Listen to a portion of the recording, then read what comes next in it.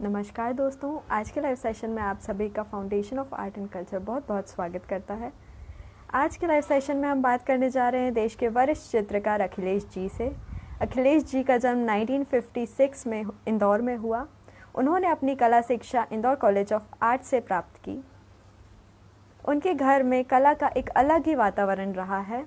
देश विदेशों में कई प्रदर्शनियों में पार्टिसिपेट कर चुके हैं। अभी तक 47 सोलो शोज कर चुके हैं। उनकी 13 बुक प्रकाशित हो चुकी हैं। एम.एफ. हुसैन की बायोग्राफी मकबूल उन्होंने लिखी और मार्क शागाल की ऑटोबायोग्राफी का हिंदी में अनुवाद किया। तो समय नष्ट ना करते हुए हम बात करते हैं अखिलेश जी से।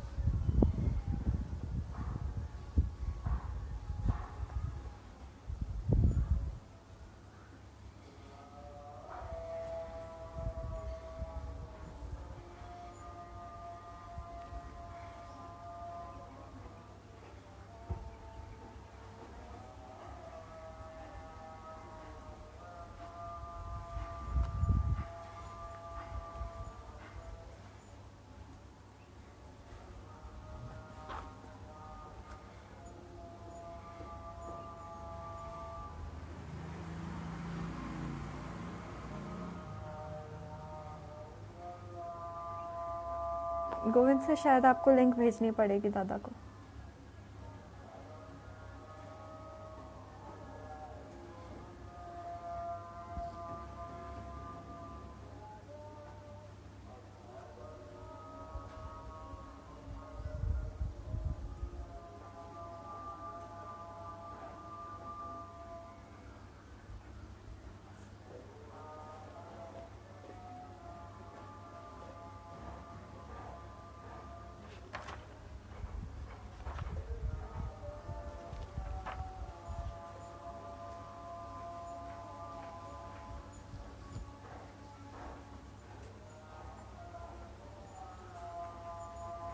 हाँ, ओके।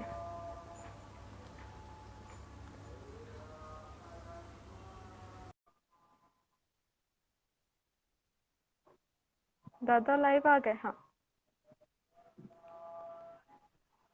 हाँ। Hello hello. Sir, foundation of art and culture आपका बहुत बहुत स्वागत करता है। धन्यवाद। सर, हम लाइव सेशन की शुरुआत करते हैं आपसे यह पूछते हुए कि कला के क्षेत्र में आपको झुकाव कब महसूस हुआ?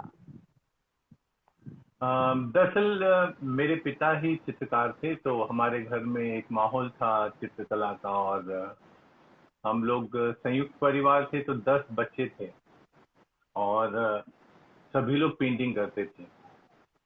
तो मैं बिल्कुल नहीं पेंटिंग करता था। मुझे बिल्कुल ही पसंद नहीं था पेंटिंग करना। तो मैं अपने बाहर सड़क पे खेलने, मैदान में खेलने चले जाता था और बाकी सब बच्चे पेंटिंग करते थे। पिता ने कभी फोर्स नहीं किया कि तुम पेंटिंग करो। फिर जब 11th क्लास में मैं आया, तो फिर मैंने पेंटिंग सब्जेक्ट लेकर के एग्जाम दिया और उसके बाद से फिर फाइन आर्ट्स कॉलेज में मैंने ज्वाइन किया। तो इस तरह जी। से एक शुरुआत हुई मेरे उसकी। तो एक घर में माहौल भी था। पिता के सारे दोस्त चित्रकार थे, कवि थे, संगीतकार थे, नाटककार थे। तो एक घर में माहौल बना रहता था।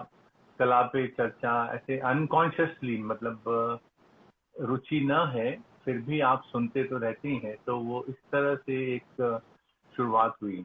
और फिर मुझे पता लगा कि हाँ, ये एक फील्ड है जिसमें मैं जा सकता हूँ। जी। आपके टीचर्स के बारे में हमें कुछ बताएंगे?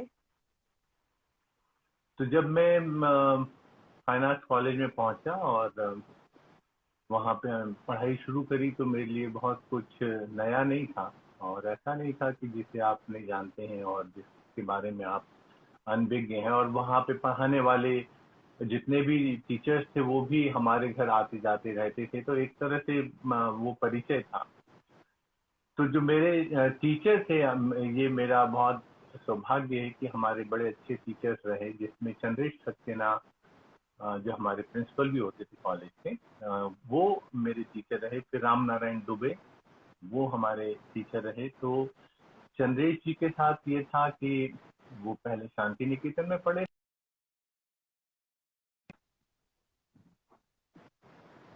में अहिवासी माँ साहब और प्रोफेसर लेंगेमर के स्टूडेंट रहे।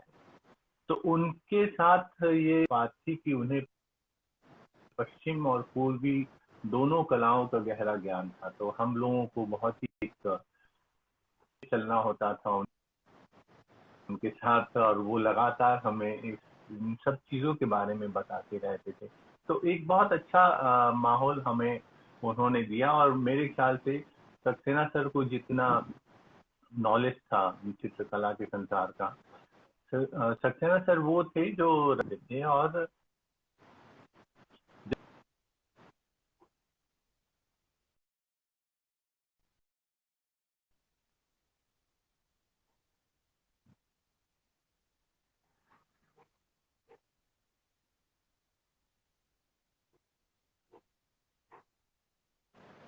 जब वो शुरुआती दिनों में, तुम्हें सुनाई दे रहा है तो तुम बाहर, हाँ ठीक है।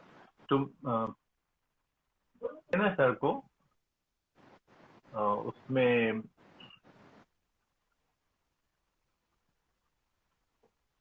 हाँ अब ठीक है।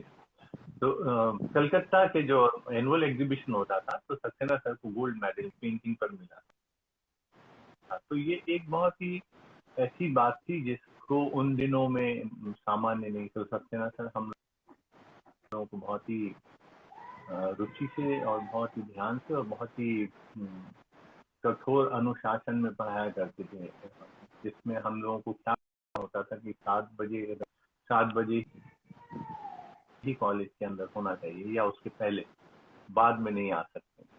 तो इस तरह से हम लोग बहुत ही सौभाग्यशाली रहे। और दूसरी तरफ हमारे भारतीय चित्रकला परंपरा जो है, मिनिएचर की जो कला परंपरा भी है खास तौर पर, उसके बहुत ज्ञाता थे।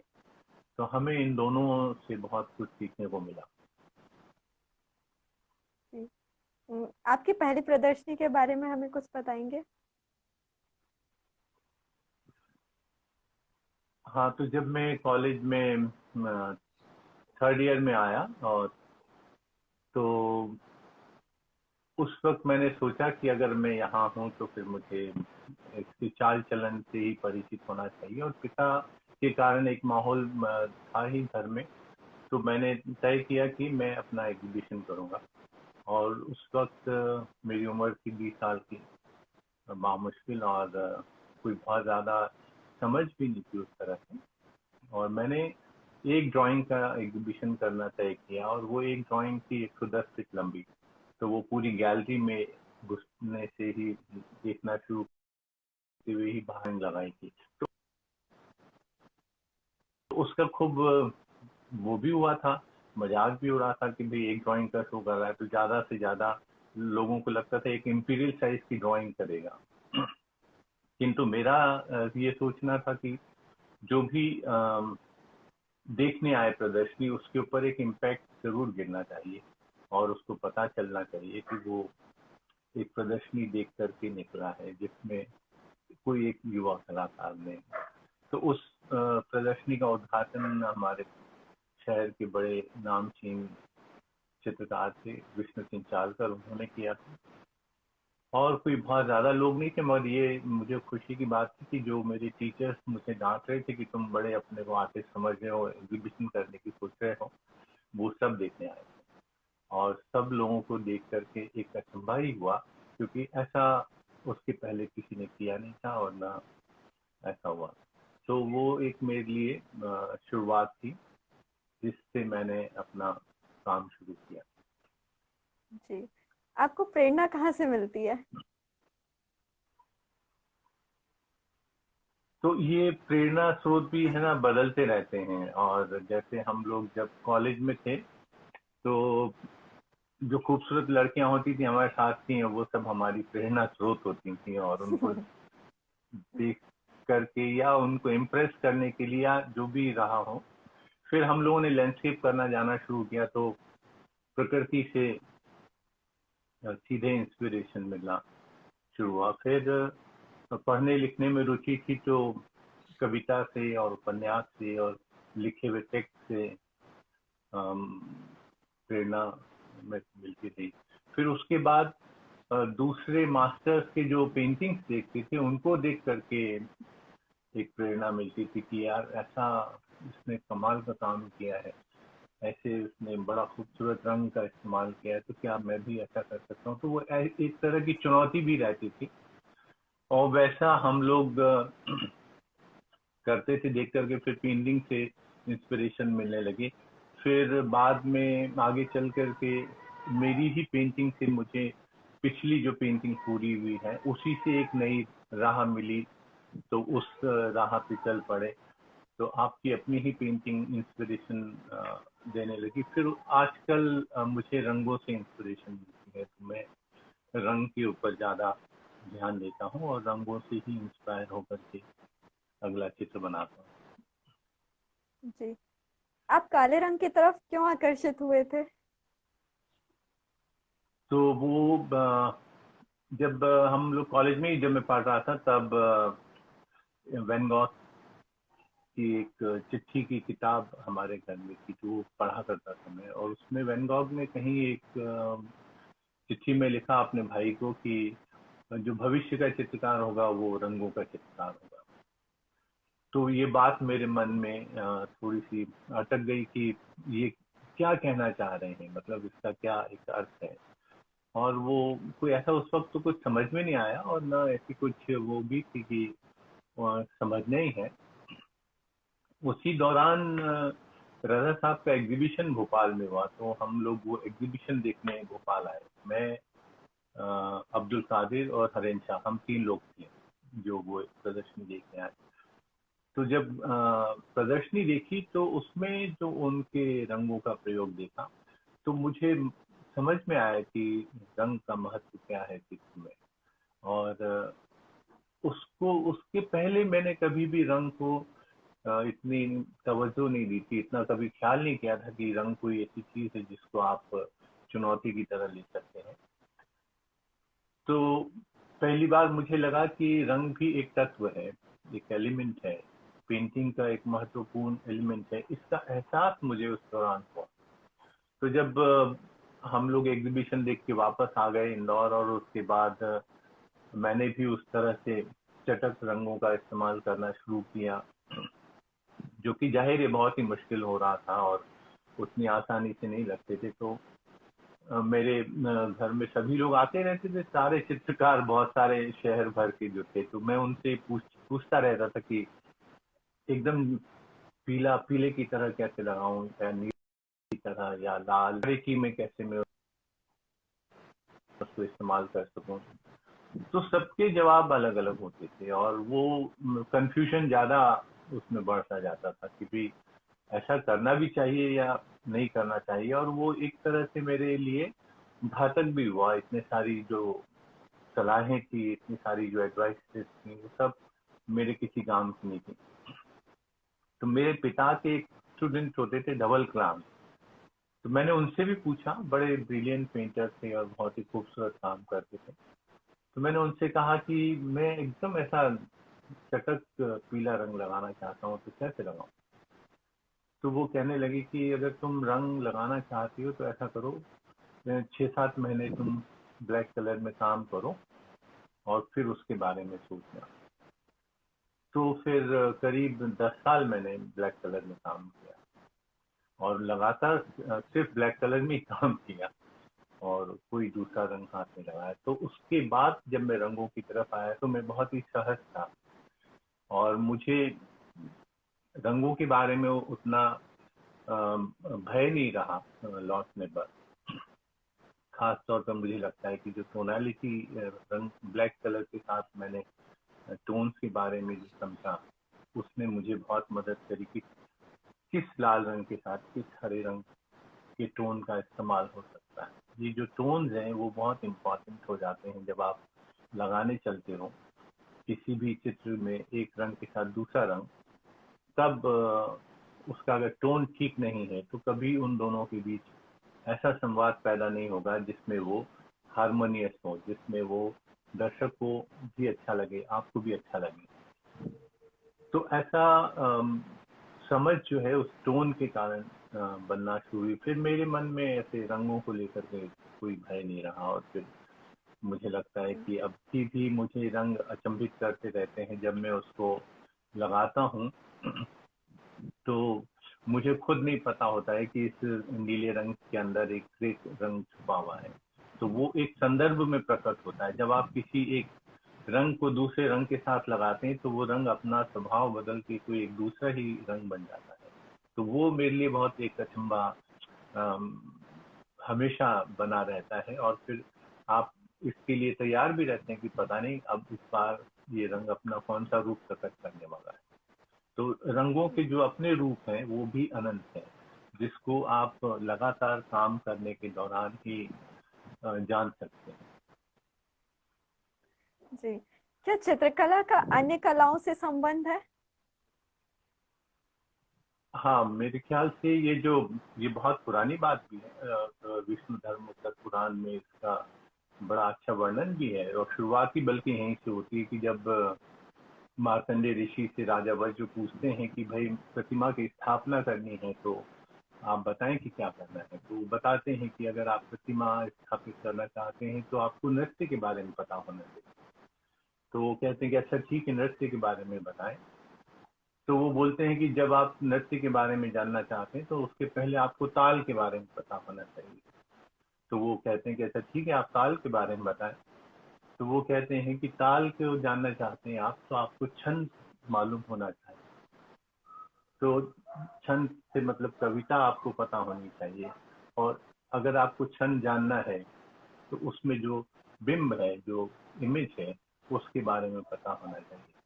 तो ये सारी जो कलाएं हैं आपस में इस कदर गहरा संवाद करती हैं कि एक से दूसरे पर हम कभी सोचते नहीं हैं कि इतना गहरा उनका संबंध होता है, मगर हम उनको लगातार इस्तेमाल करते रहते हैं। इसी पुराण में मेरे को एक बहुत ही विचित्र बात पढ़ने को मिली जो मुझे स्वीकार कभी नहीं होती, मगर ये जरूर है कि मैंने जब उसको पढ़ा कि उसमें ये लिख रहे हैं कि सारी कलाओं में चित्रकला प्रधान।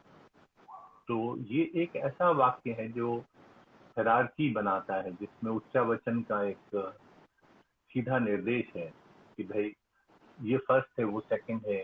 जो कि इंडियन मैथोलॉजी में फर्स्ट सेकंड की कोई कोई विचार नहीं है। फर्स्ट सेकंड हमारे यहाँ कोई ऐसा आइडिया नहीं है। ब्रह्मा विष्णु महेश में कौन ऊपर है कौन नीचे, ऐसा कुछ तय नहीं है। तो जब ये कह रहे हैं पुराण में कि चित्रकला एक प्रधान है सारी कलाओं में, तो फिर मैंने इस पर सोचना शुरू करा कि भाई ऐसा क्यों कह रहे हो, कि ये प्रधानता किस कारण से कह रहे हैं। मुझे तो हमेशा संगीत लगता रहा है, क्योंकि संगीत में निर्भरता नहीं है। आप के पास गला है, आप गा सकते हैं, और कान है तो सुन सकते हैं। तो आपको किसी चीज पर, बाहरी चीज पर आप निर्भर नहीं है। यहाँ तो एक कागज चाहिए, कैनवस चाहिए, रंग चाहिए, कुछ कुछ नहीं तो एक कोयला तो चाहिए आपको ड्राइंग करने के लिए। तो ये जो निर्भरता है ये कम से कम संगीत में नहीं है, इसलिए मुझे हमेशा वो प्रधान लगता रहा। किंतु ये पढ़ने के बाद मैंने सोचना शुरू करा कि वो ऐसा क्यों कह रहे हैं कि चित्रकला प्रधान है। तो उसमें बहुत सारे पॉइंट्स मेरे को समझ में आए, मगर उसमें से एक जो पॉइंट है जो मुझे लगता है कि चित्रकला एकमात्र ऐसा माध्यम है, एक ऐसी कला है जिसमें जब आप सबसे ज्यादा ऑब्जेक्टिव हैं उसी वक्त आप सबसे ज्यादा सब्जेक्टिव भी है। जब आप कर रहे हैं तभी आप उसके बाहर भी हैं। तो ये दूसरी कलाओं में बिल्कुल संभव नहीं है। एक नर्तक अपने को नाच करते हुए नहीं देख सकता, या एक संगीतकार अपने को बजाते हुए सुन नहीं सकता है। मगर एक चित्रकार जब चित्र बना रहा है तभी वो उसको देख भी रहा है।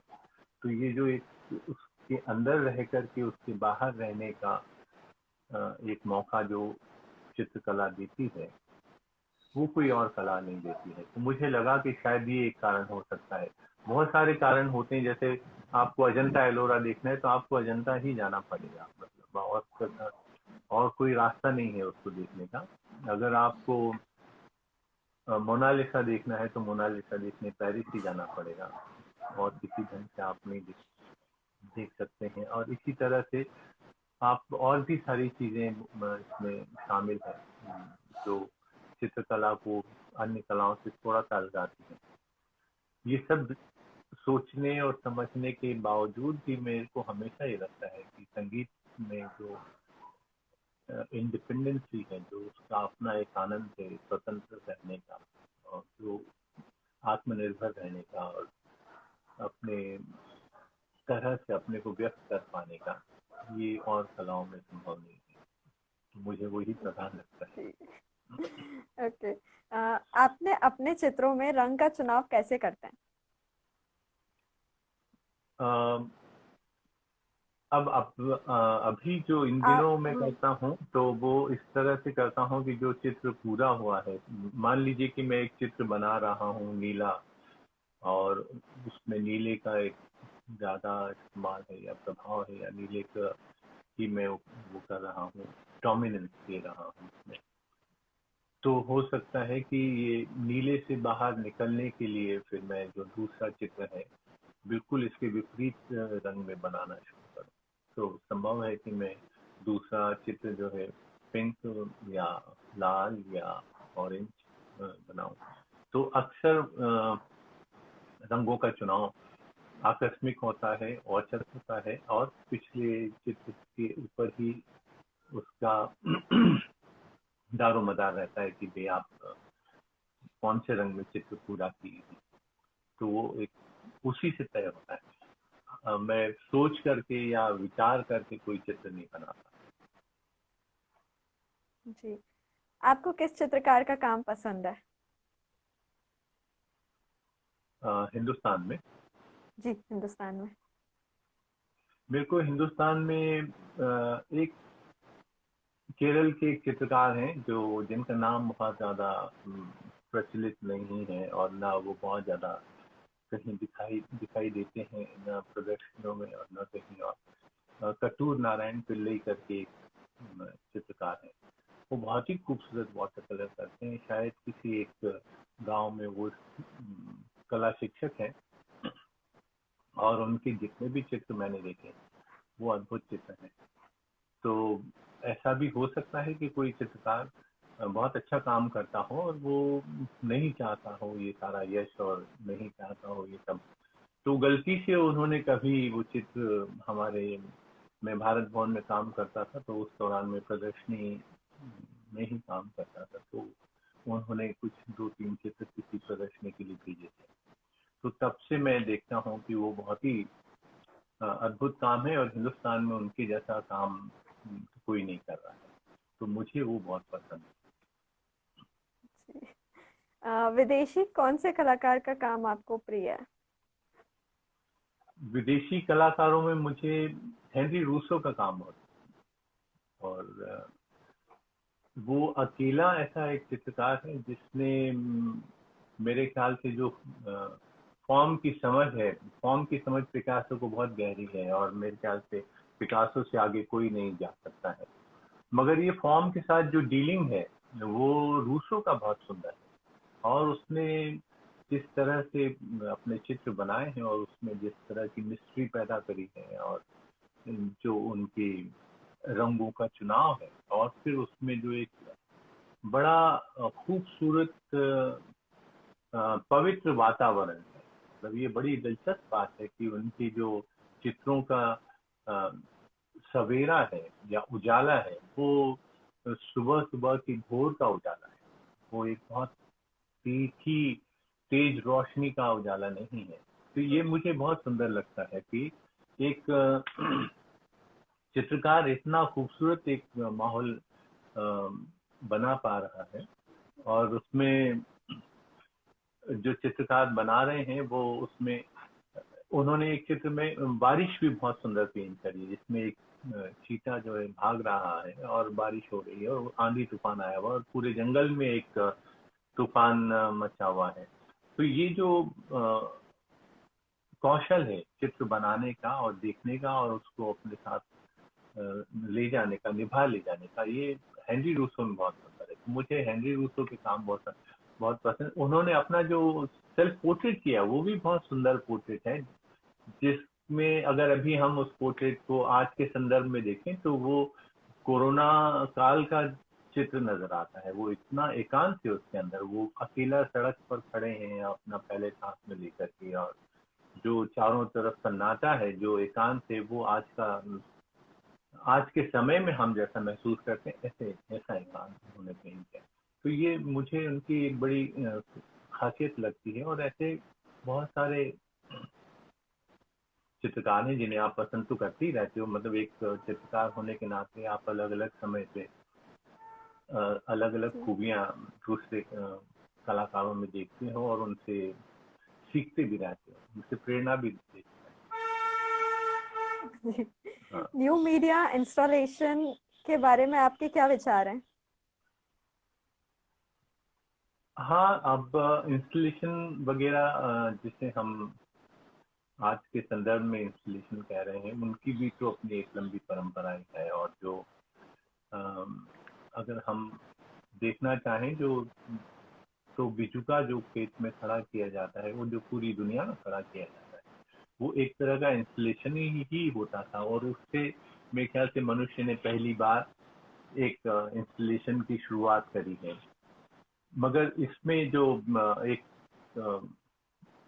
मोड़ आया था, वो मार्शल बुशा ने जो फाउंटेन बनाया, और उन्होंने बहुत पहले बनाया था 1907 में या कभी उस वक्त, किंतु वो प्रदर्शित नहीं हो पाया था। और ये भी एक दिलचस्प है कि वो कलाकृति 41 साल बाद फिलाडेल्फिया में जब उनका शो होता है मार्शल बुशा का, तब उसकी कॉपी बनती है, 14 कॉपी बनती है। पहली वाली तो न प्रदर्शित हुई थी न कुछ हुआ था, और वो मेरे ख्याल से जो सफाई कर्मचारी था उसने कचरे के डब्बे में डाल दिया था, तो कहाँ गई वो मार्शल दूषा को भी नहीं पता था। मगर उसकी चर्चा चलती रही, तब उनका रिट्रोस्पेक्टिव जैसा होने लगा फिलाडेल्फिया में, तब उनसे कहा गया कि वो कलाकृति फिर से बनाई जाए। तो उन्होंने फिर से रिप्रोड्यूस करी और उसकी 14 कॉपी प्रोड्यूस करी थी। तो वो एक पहला इंस्टॉलेशन था जिसमें उनकी इच्छा इस बात पर इस मनुष्य के जो देखने के ढंग हैं उस पर अटैक करने को लेकर के था। तो ये जो रेडीमेड ऑब्जेक्ट वो लेके आए हैं, वो रेडीमेड ऑब्जेक्ट जो है उनके उन्होंने पहली बार चित्रकला में इंट्रोड्यूस करा, जिसको लेकर के मेरे ख्याल से कई सालों तक बहुत सारे कलाकारों ने ठीक से कुछ काम किया या नहीं किया। मगर फिर एक जेफ कून्स आता है और जेफ कून्स ने उसको ठीक ठीक समझा, और वो जो रेडीमेड ऑब्जेक्ट हैं उनको उसने बहुत अच्छे से अपने काम में शामिल किया। और मेरे ख्याल से अब जो काम कर रहे हैं डेमिन हास्य हैं और अनीश कपूर हैं, ये लोग तो बहुत ही खूबसूरत काम कर रहे हैं इंस्टॉलेशन को लेकर के। तो हमारे यहाँ अगर कोई इंस्टॉलेशन करना शुरू करता है तो उसे अनीश कपूर से तो आगे की सोचना ही पड़ेगा। मतलब हम पीछे नहीं काम कर सकते। मतलब मार्शल दूषा की कॉपी करके हम इंस्टॉलेशन करना चाहें तो वो ठीक नहीं होगा। इसी तरह से जो वीडियो इंस्टॉलेशन है, जो एंडी वॉर्होल ने फिल्में बनाई हैं 5-5 मिनट की और 10 मिनट की और छोटी छोटी और 3-3 घंटे की 2 फिल्में वो भी हैं उसकी। तो वो जो फिल्में उसने बनाई हैं, वो फिल्म अगर आप देखें तो वो उन फिल्मों से आगे आपको जाना पड़ेगा वीडियो इंस्टॉलेशन में, तब तो आपके काम करने का कोई अर्थ पैदा होने वाला नहीं। तो ऐसे हजारों वीडियो इंस्टॉलेशन बने हैं और जिनका कोई अर्थ नहीं है और जो 1960 से भी पीछे हैं, तो फिर उनका एक तरह से कुछ असर भी नहीं होता है दर्शक के ऊपर, ना कुछ वो अपना प्रभाव छोड़ते हैं। तो मुझे लगता है कि कला का एक स्वभाव ही जो है भविष्योन्मुखी है, वो हमेशा आगे की तरफ देखती है, वो पीछे नहीं देखती है। और वो जो उसका आगे देखना है वो सभी संदर्भों में है। रंगों के संदर्भ में भी हो सकता है, रूप के संदर्भ में भी हो सकता है, रेखा के संदर्भ में भी, और मटेरियल के संदर्भ में। तो जब मटेरियल की बात आती है तो हम इंस्टॉलेशन की तरफ जाते हैं, और इंस्टॉलेशन में इन सारी चीजों को हम अगर बरत रहे हैं तो हमें इस बात का तो ख्याल रखना ही पड़ेगा कि भाई वो इंस्टॉलेशन किसी की नकल जैसा ना हो। जो हो चुका है वो मैं क्यों करूंगा। अगर हमें करना है तो फिर हम कुछ ऐसा करेंगे जो अपने समय से आगे का हो, जो भविष्य की तरफ ले जाता हो, जो पीछे की तरफ न ले जाता हो। तो इंस्टॉलेशन वगैरह बहुत ही खूबसूरत बात है, और मेरे ख्याल से हमारे यहाँ भी कुछ लोग बहुत सुंदर काम कर रहे हैं। जी। आपने लिखना भी जारी रखा है, इस बारे में कुछ बताएंगे? हाँ, मैं लिखता रहता हूँ, और कुछ कुछ उसमें काम चलता रहता है। दरअसल जो मैं लिखता रहता हूँ वो कभी मैंने ऐसे प्रकाशित करने की सोचा नहीं, मगर हमारे एक मित्र होते हैं पीयूष दैया, तो उन्होंने पीछे पढ़ करके मेरी कुछ किताबें छापना शुरू करी। और वो तो इस तरह से कुल 13 किताबें हैं जो लगभग सभी कलाओं पर हैं। और उसमें से कुछ अनुवाद हैं, 3 अनुवाद हैं। एक तो रूपमती और बाज बहादुर की कहानी का अनुवाद है, उनकी जो प्रेम कथा है उसका। वफा की अजीब दास्तां उसका नाम है। और एक अग्नेता प्लायल है, स्वीडिश राइटर हैं, उनका एक उपन्यास है डॉग स्टार। तो डॉग स्टार का अनुवाद है। और मार्क शागाल जो है, उनकी जो अपनी ऑटोबायोग्राफी है उसका मैंने हिंदी में अनुवाद किया है। तो वो बहुत ही खूबसूरत है। मार्क शागाल की जो ऑटोबायोग्राफी है, मेरे ख्याल से सबको पढ़ना चाहिए। वो एक कविता की तरह लिखा उन्होंने, और वो वही बात जो एक चित्रकार के भीतर होती है वो उस लेखन में भी झलकती है, कि उन्होंने अपने जीवन के बारे में अपनी ऑटोबायोग्राफी लिखी है, मगर उसके बारे में उन्होंने इतने ऊपर से अपने को देखते हुए लिखा है कि आपको पढ़ करके सहसा विश्वास नहीं होता है कि कोई व्यक्ति इतना ऑब्जेक्टिवली अपने को देख सकता है। तो यहूदी होने के नाते उन्होंने बहुत तकलीफें उठाई, उनको बहुत तरह के कष्ट हुए, और राजनीतिक परिस्थितियां ऐसी थी, और उसमें रूसी क्रांति हो रही है, उसमें दबाव है बहुत सारा। ये सारे दुख दर्द अपने सारी चीजें उन्होंने उस सबका वर्णन किया, किंतु पूरी किताब में शिकायत किया एक शब्द नहीं। तो ये जो खासियत है कि आप अपना सारा दुख कह भी दें और उसमें शिकायत ना हो, ये बहुत बड़ी बात है। तो ये मार्क शागल की जो ऑटोबायोग्राफी है जिसका अनुवाद मैंने किया, तो मेरा जीवन नाम से वो है। और मेरे ख्याल से वो तो सभी जो चित्रकला के क्षेत्र में है उनको पढ़ना चाहिए, कि उन्हें पता लगे कि एक चित्रकार कितना ज्यादा ऑब्जेक्टिव हो सकता है अपने प्रति, कितना दूर से वो खुद को देख सकता है। तो इस तरह से कुछ कुछ किताबें हैं। एक हुसैन साहब की बायोग्राफी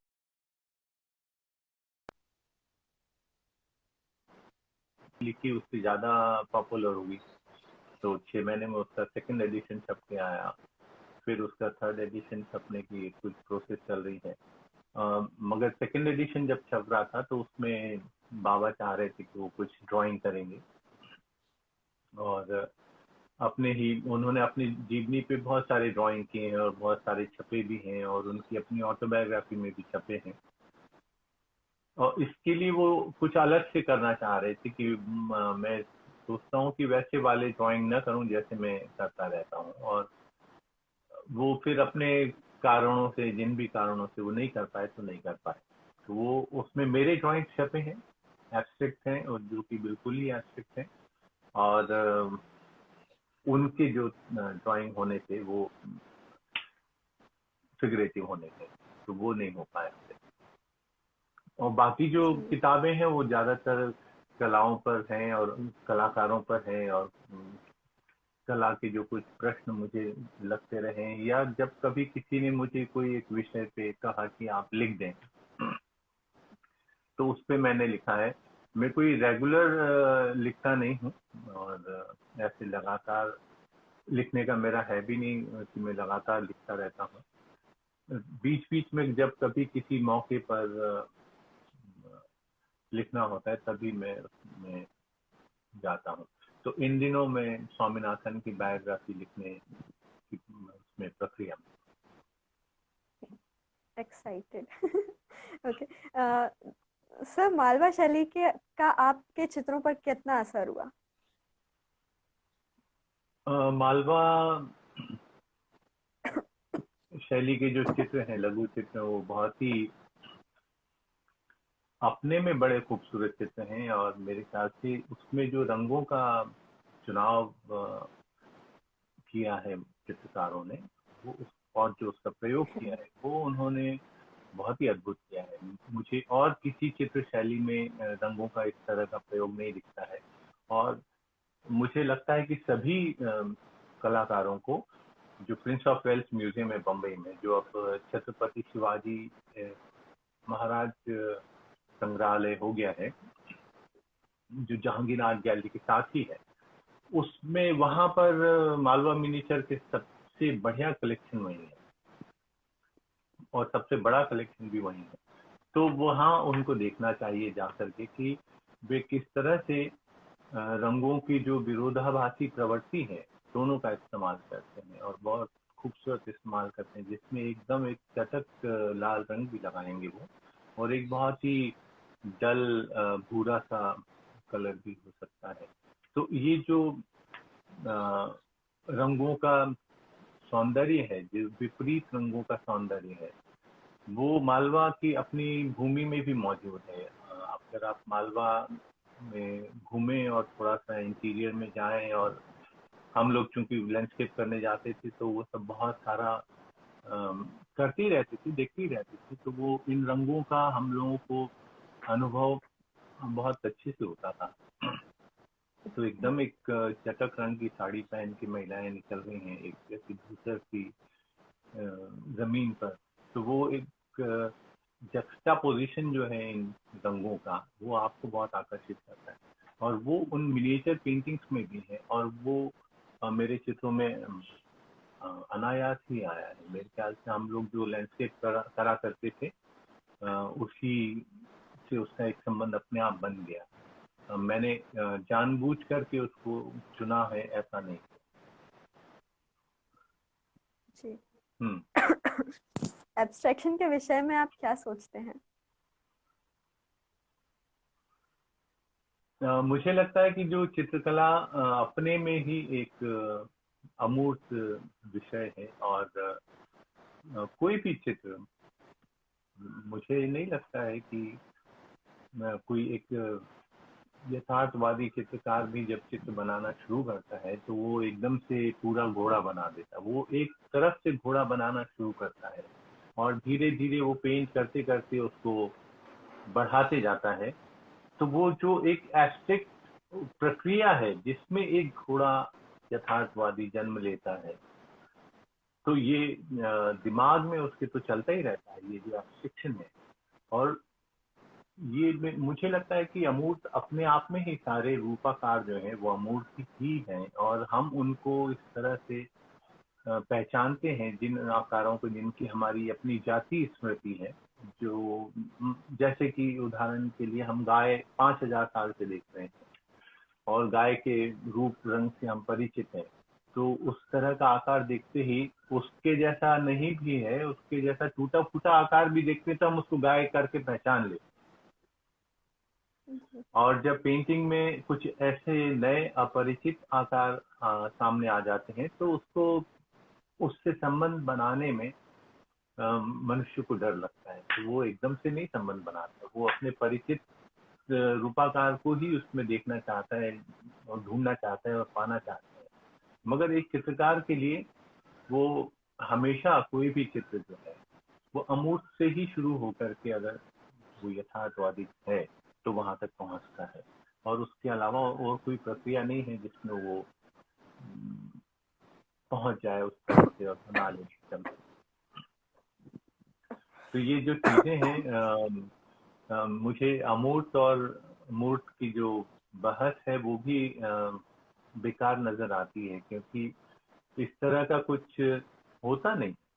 मतलब पूरी दुनिया अमूर्त है एक तरह से। आप किसी को भी ठीक से जानते नहीं है, किसी भी रूप को ठीक से जानते नहीं है। हम जब एक पेड़ चित्र में बनाते हैं तो हम वो पेड़ नहीं बनाते, हम एक पेड़ की आभासी छवि बनाते हैं कि वो पेड़ जैसा दिखता है। क्योंकि एक पेड़ की हमारी जाति स्मृति है, सालों की स्मृति है जिसे हम देखते आ रहे हैं, तो इसलिए हम उसे पेड़ करके पहचान लेते हैं।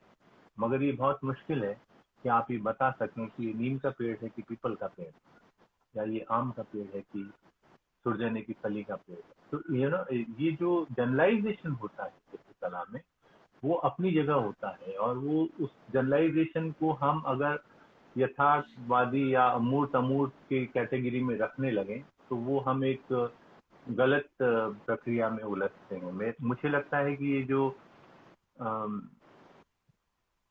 कैटेगराइजेशन किया गया है, ये जो भेद पैदा किए गए हैं, ये उन कला समीक्षकों द्वारा पैदा किए जाते हैं जिन्हें उस चित्र के बारे में लिखना है। तब वो एक जनरलाइजेशन बनाते हैं कि भाई ये अमूर्त चित्र हैं, यानी अमूर्त कहते से ही आप जान जाइए कि इसमें कोई भी परिचित रूपाकार नहीं, और ये मूर्त चित्र हैं, मतलब इसमें गाय बैल बकरी या इस तरह के रूपाकार हैं जिन्हें हम सब जानते हैं। तो ये जनरलाइजेशन जो है वो लिखने के लिए बहुत जरूरी है, मगर देखने के लिए जरूरी नहीं है। जब हम देखते हैं तो हम दुनिया को इस तरह से नहीं देखते हैं कि हम पेड़ देख रहे हैं तो सारे पेड़ हम एक जैसे देख रहे हैं। हम हर पेड़ को उसकी मौलिकता में, उसकी इंडिविजुअलिटी में, उसके अपने होने में देखते हैं, और उसी तरह हम पहचानते हैं। तो हम अमूर्त और मूर्त की बहस भले ही करते हो, मगर चित्र सारे जो है अमूर्त होते हैं, और उससे जो भाव पैदा होते हैं वो भी अमूर्त होते हैं। आप उसको व्यक्त नहीं कर सकते हैं। जब हम कोई मान लीजिए कि आपने बहुत ही खूबसूरत एक सनसेट देखा, और आपने अपने दोस्त को बताया कि यार इतना खूबसूरत सनसेट था कि मैं बता नहीं सकता। तो ये जो शब्द में आप नहीं बता पा रहे हैं, वो वही दृश्य है जिसको आपने एहसास किया है, अनुभूत किया है, जिसको आपने जाना है। तो ये जो जानना है, ये जानना हमेशा बहुत व्यक्तिगत है, आपका अपना देखना है, और वो हमेशा अमूर्त है। उसको आप बता नहीं सकते कि आपने देखा क्या है। एक बहुत खूबसूरत पेंटिंग को भी आप उस तरह से डिस्क्राइब नहीं कर सकते हैं कि आपने उसमें ऐसा क्या देखा। तो ये जो एब्स्ट्रैक्शन है वो हमारे साथ हमेशा मौजूद है, हमारे भाव में, हमारी क्रियाओं में, हमारे देखने में। तो उसको हम एक भेद दृष्टि की तरह, जो राजनीति है वो भेद पर खड़ी होती है, और जो कलाएं हैं वो भेद को मिटाती चलती हैं। ये हमेशा ख्याल रखने की बात है कि जो पावर गेम होता है, मतलब एक टीचर अपने क्लास पे कंट्रोल इसी तरह करती है कि वो बोलती है मैं टीचर हूँ, तुम विद्यार्थी हो, तो कंट्रोल होता है। तो भाई वो आपने भेद पैदा कर दिया, तो उसमें 40 बच्चे जो है विद्यार्थी हो गए, वो 40 इंडिविजुअल नहीं रहे। तो ये जो जनरलाइजेशन है, ये पावर गेम, ये जो पॉलिटिक्स में होता है कि मैं नेता हूं और तुम जनता हो, तो ये जो नेता और जनता का भेद पैदा किए बगैर राजनीति नहीं कर सकते। मगर चित्रकलाएं या और भी सारी कलाएं इन भेदों को खत्म करती हैं कि उसमें ऐसा एक अच्छा चित्र हमेशा अच्छा चित्र होगा। वो आप ऐसा नहीं कह सकते कि ये चित्र जो है जनता का चित्र है इसलिए खराब है, और ये चित्र जो है किसी खास व्यक्ति का इसलिए अच्छा है। एक खास व्यक्ति भी खराब चित्र बना। मोनालिसा ही एकमात्र ऐसी क्यों लियोनार्डो दा विंची की फेमस कलाकृति, उसकी उसने जीवन में 34 पेंटिंग बनाई, तो 34 की 34 मास्टरपीस नहीं होती। जी। आपने पेपर मैशी में भी काम किया है, उस बारे में कुछ बताएंगे? हाँ, कुछ कुछ मीडियम मुझे बहुत अच्छे लगते रहते हैं, और उनको मैं कोशिश करता रहता हूँ। और हालांकि पेंटिंग में ही मेरे को इतना सारा समय देना चाहिए और उतना मैं दे नहीं पाता हूँ। उसके अलावा मैं प्रिंट करता हूँ, जो सिल्क स्क्रीन प्रिंट करता हूँ। और फिर मैंने कभी कोई और नया माध्यम पर हाथ आजमाने की कोशिश नहीं की। उसका एक कारण ये भी है कि मैं नहीं चाहता हूँ कि मैं किसी दूसरे माध्यम में घुसूं जिसमें फिर मैं 100% घुस जाऊंगा, ये मुझे पता है। और मैं फिर मेरे लिए मुश्किल होगा कि मैं अपने चीज़ों के साथ अपना संबंध बनाए रखूं। ये पेपर बनाने का एक मेरे को जुनून था। हम लोग जब पढ़ रहे होते थे तो एक हैंडमेड फैक्ट्री होती थी जहाँ पर हम लोग वो पेपर बनते देखते रहते थे। और वो जो पेपर बनना है वो बनाना सीखना मेरे को था। तो अहमदाबाद जाकर के जो कलम खुश है वहाँ पर मैंने 1 महीने रह करके उनके साथ पेपर बनाना सीखा। और फिर मैंने जब चाहा कि मैं इसमें अपना काम करूं तो उन्होंने कहा कि नहीं, आपको हम काम नहीं करने दे सकते हैं, और आप बस सीख गए हैं, अब आपने सीख लिया, अब आप जाइए। तो मैं वहाँ से चला आया और फिर ओरछा में एक ताराग्राम एक नया यूनिट बना था, तो उन्होंने मुझे ये मौका दिया। तो वो पेपर मैंने वहाँ पर रह करके कुछ 2 महीने रह करके कुछ 30 काम किए थे। और वो 30 काम जो थे सब लगभग छोटे ही छोटे थे, क्वार्टर साइज के थे, क्योंकि उनके यहाँ बड़े पेपर बनाने की वैसी सुविधा नहीं थी। और मुझे जो एक उन्होंने वर्किंग रूम दिया हुआ था उसमें इतना ही बड़ा एक कागज बन सकता था। हालांकि वो एक बहुत ही खूब दिलचस्प एक्सपीरियंस था मेरे लिए, और उसको मैं दोहराना चाहूँगा फिर से दोबारा जा करके। और उसमें मैंने काम करते वक्त जो सीखा वो जाना कि इसको लेकर के मुझे कुछ बड़े काम करने चाहिए जो क्वार्टर साइज से थोड़े बड़े हो। तो उस वक्त वो जो सारे काम मैंने किए थे, जो उन उपन्यास में पढ़ रहा था, उन्हीं उपन्यासों के को लेकर के, उनके चरित्रों को लेकर के और उनकी खासियत को लेकर के मैंने चित्र बनाए थे। उसमें से एक चित्र जो था कृष्ण बलदेव वैद का उपन्यास था मायालोक, उस पर था। तो वो मायालोक पर जो मैंने चित्र बनाया उसको देख करके वैद साहब भी बहुत खुश हुए। तो फिर उन्होंने उस काम पर 28 वाक्य लिखे थे। तो वो बहुत ही खूबसूरत उन्होंने वाक्य लिखे, मेरे कामों से ज्यादा सुंदर उनके वो 28 वाक्य थे। तो उसका एक एग्जीबिशन मैंने दिल्ली में किया था। और उसमें जो एक्सपीरियंस था वो बहुत सारा मटेरियल मैंने कागज बनाने के दौरान उसी कागज में लगा दिया था, एम्बेडेड था वो उसी के अंदर, वो जम गया था। वो मोटे होते थे, कम से कम आधा इंच और 1.25 इंच मोटे होते थे वो कागज, और उसके अंदर ये सारी चीजें जमा करके आई क्रिएटेड समथिंग। तो उसमें से एक चित्र जो है मैं उसका जिक्र करना चाहूंगा, जो गांधी की स्मृति में था। तो उनका जन्म दिवस लिख करके एक जो सूखा हुआ, हमारे यहाँ गांधी जी को किस तरह से याद करते हैं कि उनकी जन्मदिन पर उनकी फोटो पर कोई एक माला चढ़ाते हैं, और वो माला जो है वो पूरी साल भर चढ़ी रहती है, और वो सूख करके ऐसी हो जाती है जिसमें बिल्कुल उसका शरण हो चुका रहता है, उसमें से टपक के गिर चुकी होती हैं ज्यादातर पंखुड़ियां, और वो एक सूखी सी माला लटकी रहती है हमेशा। ज्यादातर समय आप गांधी के चित्र ऐसे ही देखोगे सारे दफ्तरों में या घरों में भी। तो मैंने वो एक सूखी हुई माला जो है वो सिर्फ उसमें लगाई थी, और महात्मा गांधी का जन्म दिवस जो था वो वहाँ लिखा था। तो वो एक बहुत ही मेरे लिए एक खास काम था उन सारे काम।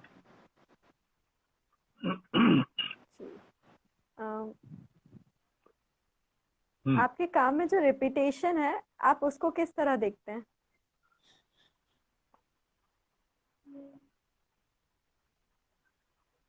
रिपीटेशन जो है वो मनुष्य की कमजोरी है। अगर तुम देखो तो ये मनुष्यता की ही समस्या है कि वो अपने को लगातार रिपीट करता है, और वो हर बात में रिपीट करता है, वो अपने हर अनुभव को भी दोहराना चाहता है। तो ये रिपीटेशन जो है, अगर हम सारी पूजा पद्धतियां देखें और सारे दूसरे कर्म देखें तो उसमें रिपीटेशन का इस कदर इन्वॉल्वमेंट रहता है कि हम अनजाने ही रिपीट करते हैं। जैसे एक हम बच्चे को पहाड़ा भी सिखाते हैं तो उसको बार बार वो पढ़ना होता है। तो ये जो रिपीटेशन है अनजाने ही एक आपके अंदर, जीन के अंदर बैठा रहता है। जैसे कि आप कोई सिद्धि प्राप्त करना चाहते हैं तो एक मंत्र आप 1,00,000 बार पढ़ते हैं और तब आपको वो सिद्धि प्राप्त होती है। उसके बाद जब आप अगली स्टेप पे जाते हैं तो वो अगला मंत्र जो है 2,00,000 बार पढ़ते हैं। तो ये जो रिपीटिशन, जो दोहराव होता रहता है, वो लगातार आपके जीवन में अनजाने ही होता रहता है और कलाएं उसको ऐसे प्रकट कर देती। तो आपको लगता है कि ये रिपीटेशन हो रहा है, मगर वो तो मानवीय स्वभाव ही है जो रिपीटेशन है। चाहे वो जैसे एक मोरान करके कलाकार था, जीवन भर बॉटल ही पेंट करता रहा, तो वो उसने और कुछ उसको लगा ही नहीं कि पेंट करना चाहिए थी। तो ये जो एक अपना अपने अंदर से, भीतर से जो आपको लगता है तो उसको आप रिपीट करते रहते हैं। रिपीटेशन का अर्थ ये नहीं है कि आप उसको एक डिजाइन बनाना चाहते हैं, क्योंकि जो अलंकरण है वो भी एक रिपीटेशन से ही पैदा हो रहा है। तो सारा जो सौंदर्य है वो रिपीटेशन से पैदा हो रहा है। तो ये बात हर चित्रकार जानता है कि रिपीटेशन का महत्व क्या है और उसको वो अपने ढंग से इस्तेमाल करता है। जिसमें हम वैन गॉग के चित्र देखें, चाहे आप किसी और कलाकार के चित्र देखें, तो वो जो ऑर्नामेंटेशन है वो अलग से दिखाई देगा और वो ऑर्नामेंटेशन जो है वो रिपीटेशन से ही पैदा होगा। उसके अलावा उसमें वो खूबसूरती नहीं आने वाली। तो ये एक स्वाभाविक प्रक्रिया है और वो सभी कलाकार जान करके या अनजाने दोनों तरह से करते हैं। ओके, आपके दिनचर्या के विषय में हमें कुछ बताएंगे? हाँ, दिनचर्या कुछ ऐसी रहती कि जब मैंने भारत भवन 1982 में ज्वाइन किया था तो बहुत सारे कार्यक्रम होते थे और रोज शाम को कोई ना कोई गायन की सभा है या काव्य पाठ है या कोई नाटक हो रहा है या कुछ हो रहा है।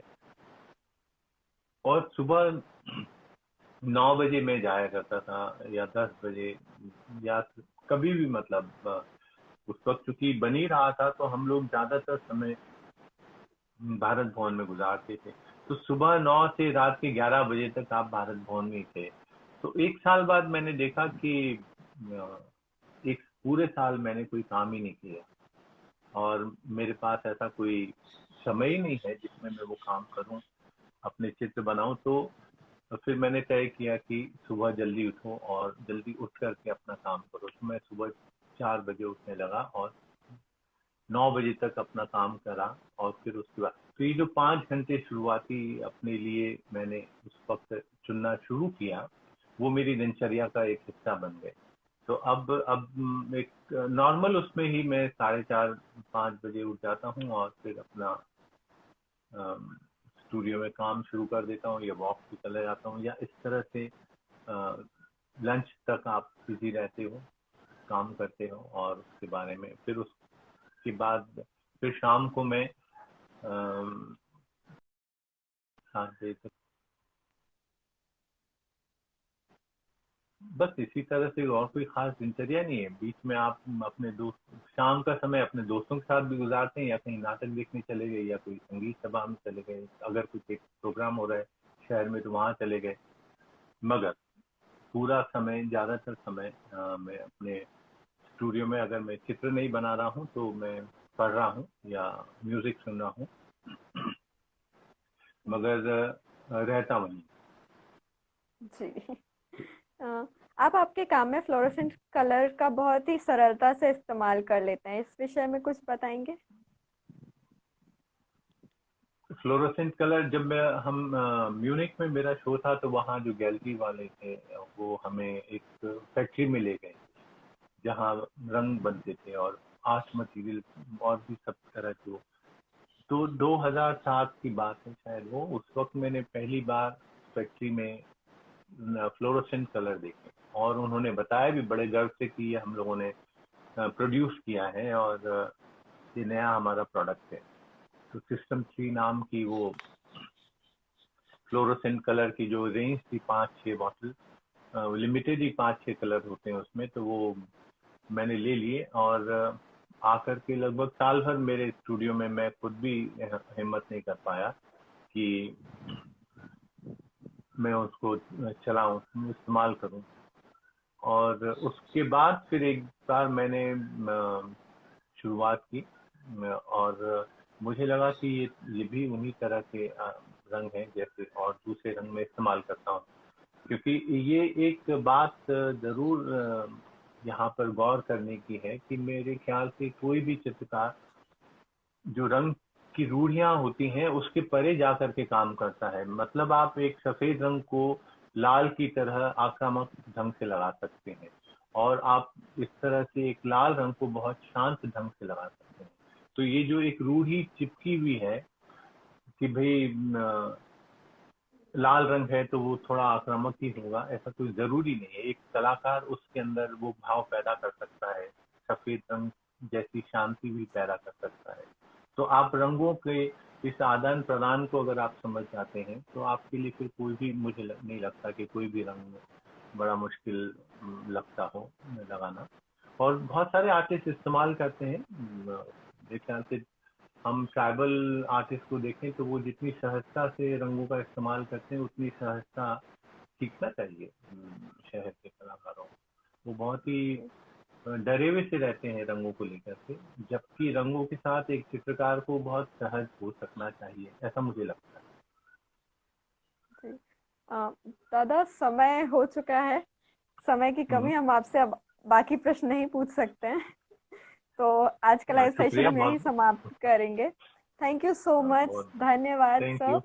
Foundation of art and culture की ओर से 21 डेज लाइव टॉक सीरीज आपके मार्गदर्शन में सफलतापूर्वक पूरी होती जा रही है। हम उसके लिए आपके बहुत बहुत आभारी हैं। इसी तरह आपका मार्गदर्शन बना रहे। Thank you so much. बिल्कुल। और ये जो सीरीज हम लोग ने चलाई है उसमें उन्नति और गोविंद और पूनम, इन लोगों का बड़ा सहयोग है। और कल उसका आखिरी दिन होगा जिसमें हम अमिताभ दास के साथ बातचीत करेंगे। तो धन्यवाद, और धन्यवाद मित्रों, बहुत बहुत आभार, शुक्रिया। थैंक यू दादा, thank you so much. Thanks, bye bye bye.